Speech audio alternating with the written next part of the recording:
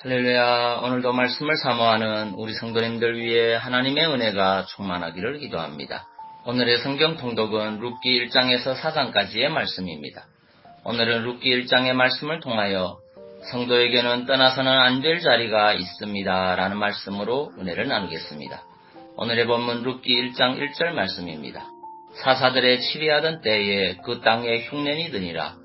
유다 베들레헴의 한 사람이 그 아내와 두 아들을 데리고 모압 지방에 가서 우거하였는데. 아멘.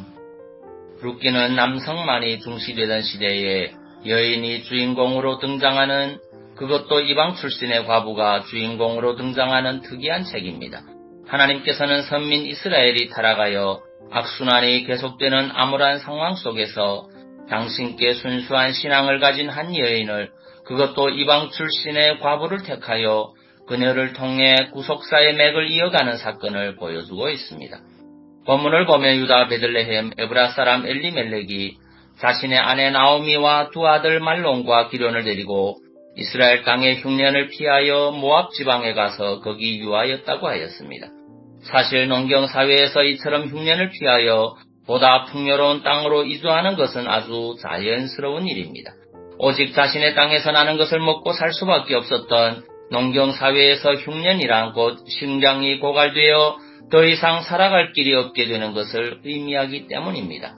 아브라함이 애굽으로 내려간 것이나 이삭이 그랄 땅으로 내려간 것, 그리고 야곱과 그의 가족들이 애굽의 고센 땅으로 이주하게 된 것도 모두 이와 같은 이유에서였습니다. 그러나 그럼에도 불구하고 엘리멜렉의 모압 이주는 분명히 잘못된 일이었습니다.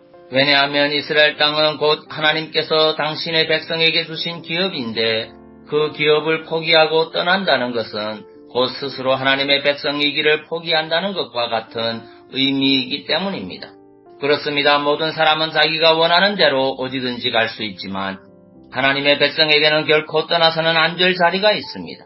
그것은 바로 하나님의 품입니다.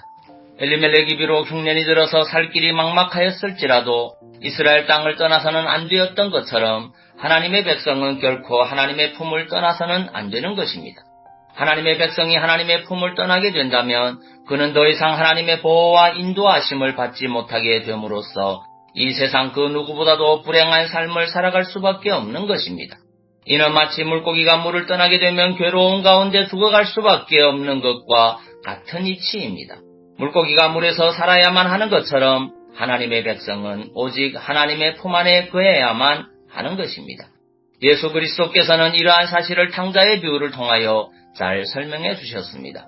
즉 아버지의 집에 있을 때에는 그 누구보다도 자유롭고 풍요로운 삶을 살 수 있었던 탕자가 아버지의 품을 떠나서는 세상 그 누구보다도 초라하고 비참한 삶을 살 수밖에 없었던 것처럼 하나님의 백성은 하나님의 품 안에 있을 때에만 자유롭고 풍성한 삶을 살아갈 수 있는 것입니다. 그러므로 성도 여러분, 우리는 어떤 이유에서도 하나님을 떠나서는 안 됩니다. 하나님의 품은 우리가 떠나서는 안 될 자리입니다.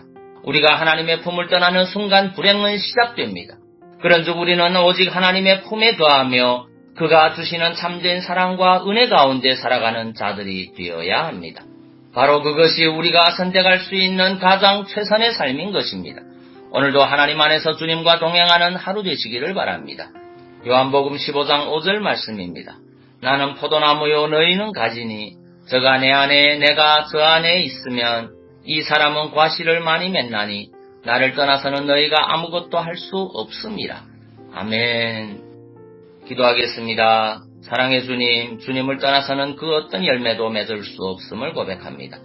세상 것에 눈길을 빼앗겨 주님을 떠날 때도 있었지만 이제는 오직 주님만 바라보며 주님 안에 거하기를 원합니다.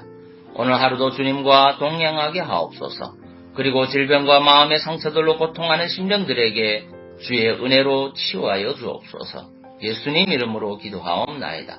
아멘.